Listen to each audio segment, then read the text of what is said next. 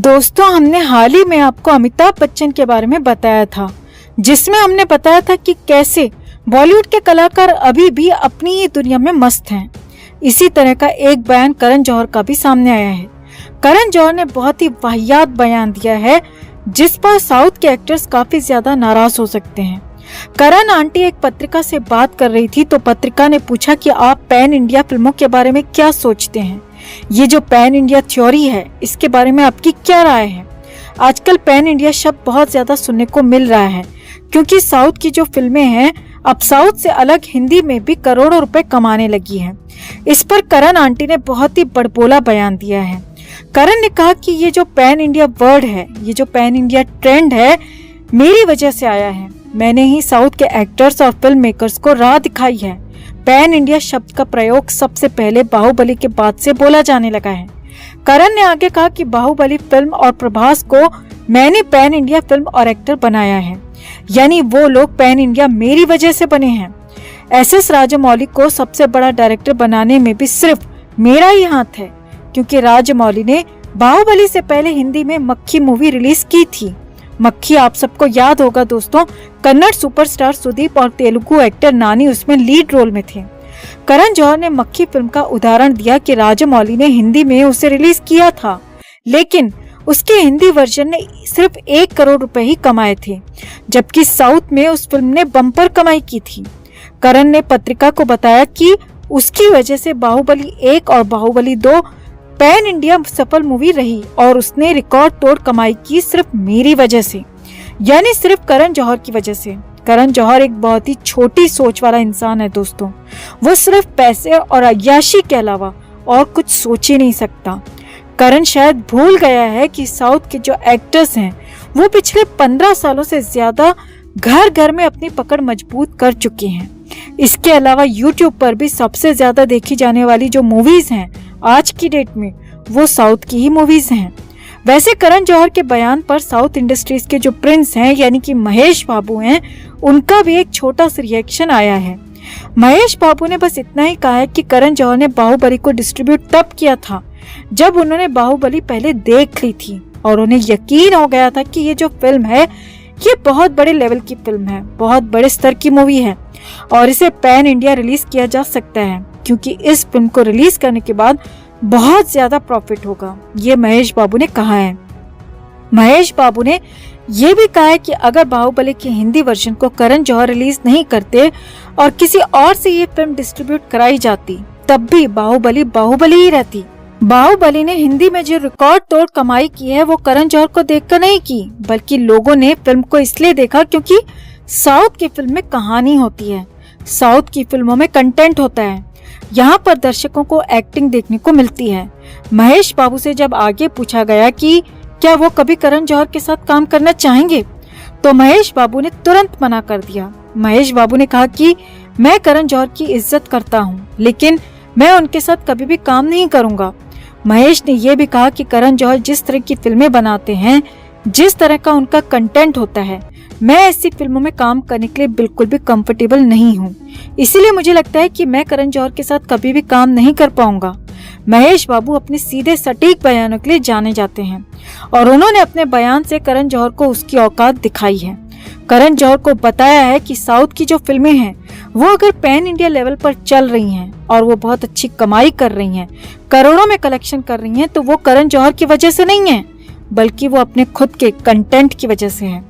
करण जौहर बाहुबली को डिस्ट्रीब्यूट करके सोच रहा है कि उसकी वजह से फिल्म ने 2,500 करोड़ रुपए कमाए हैं, तो हमें लगता है कि अभी भी करण जौहर को कुछ दिन पोगा देखने की जरूरत है।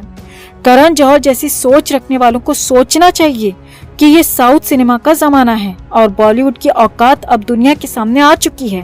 करण जौहर के इस बयान पर कि उसकी वजह से पैन इंडिया ट्रेंड आया है, आप क्या कहना चाहेंगे दोस्तों? कमेंट में इसे लेकर आप भी अपनी बात, अपनी राय जरूर रखें। वीडियो को लाइक और शेयर कर करण आंटी के मुंह पर तमाचा जड़ें। चैनल को सब्सक्राइब कर चैनल के साथ जुड़कर हमारी आवाज बने। दोस्तों, बॉलीवुड आज बेहद भय के माहौल में जी रहा है। कोई इनकी फिल्मों को देखना पसंद नहीं कर रहा है, लेकिन फिर भी इन बॉलीवुडिया भांडों का अहंकार खत्म होने का नाम नहीं ले रहा। और इसका कारण ये है कि हम लोगों ने इन्हें बरसों से हीरो और अपना आइडल मानकर इन्हें सर पर चढ़ा रखा है। देश के बच्चे जब थोड़े समझदार होते हैं तो वो इन फिल्मों में काम करने वाले लोगों को और बॉलीवुड या भांडों से इतना प्रभावित होते हैं कि वो बच्चे इन्हें अपना आदर्श मानने लगते हैं और इनके जैसा बनना चाहते हैं।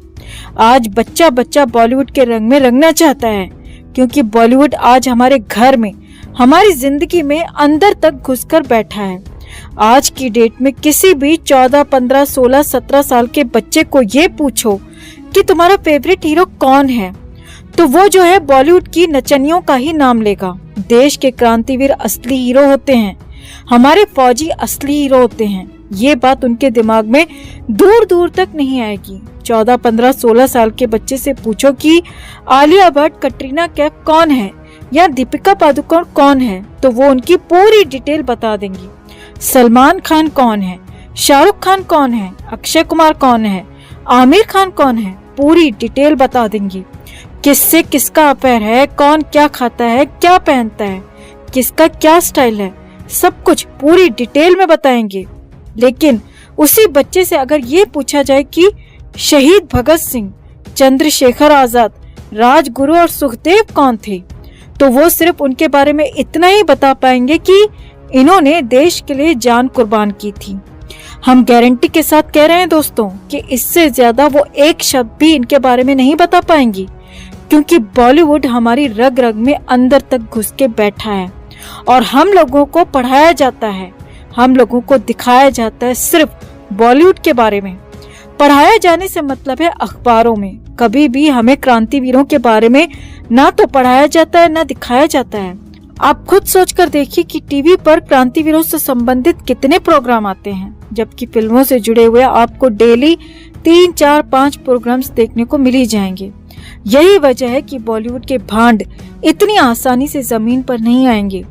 आप सभी को पता है दोस्तों कि अभिषेक बच्चन की एक नई फिल्म आई है 10वीं, जो कि OTT पर रिलीज हो चुकी है। फिल्म कैसी है, इसकी कहानी कैसी है, किस बेस पर है, हम फिलहाल इस बारे में बात नहीं करेंगे, ये एक अलग मुद्दा है। लेकिन हाल ही में इस फिल्म के प्रमोशन के लिए अमिताभ बच्चन ने एक ट्वीट कर दिया। उस पर किसी ट्विटर यूजर ने कमेंट किया कि आप अपने बेटे की फिल्म का प्रमोशन कर रहे हैं, तो इस पर अमिताभ ने जवाब देने की जगह अलग से एक और ट्वीट किया। आप स्क्रीन पर अमिताभ बच्चन का वो ट्वीट देख सकते हैं दोस्तों।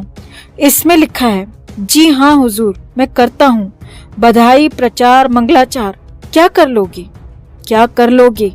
अमिताभ बच्चन को इंडस्ट्री में काम करते हुए 50 साल से ज्यादा हो चुके हैं दोस्तों।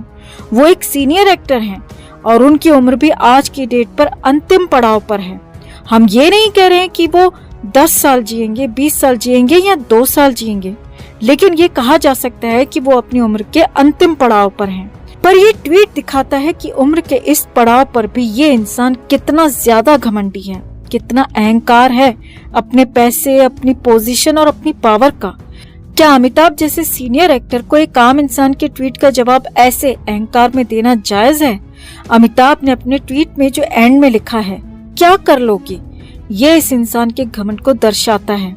अमिताभ अपने बेटे की फिल्म का प्रचार कर सकते हैं, इसमें कुछ भी गलत नहीं है दोस्तों। और एक्टर्स या पॉलिटिशियंस के ट्वीट्स पर ट्रोलर्स कमेंट भी करते हैं, वो हमेशा से करते आए हैं, ये कोई नई बात नहीं है। ये दोनों चीजें बहुत ज्यादा नॉर्मल हैं, नेचुरल हैं। लेकिन इतने सीनियर एक्टर को उस पर रिएक्ट नहीं करना चाहिए।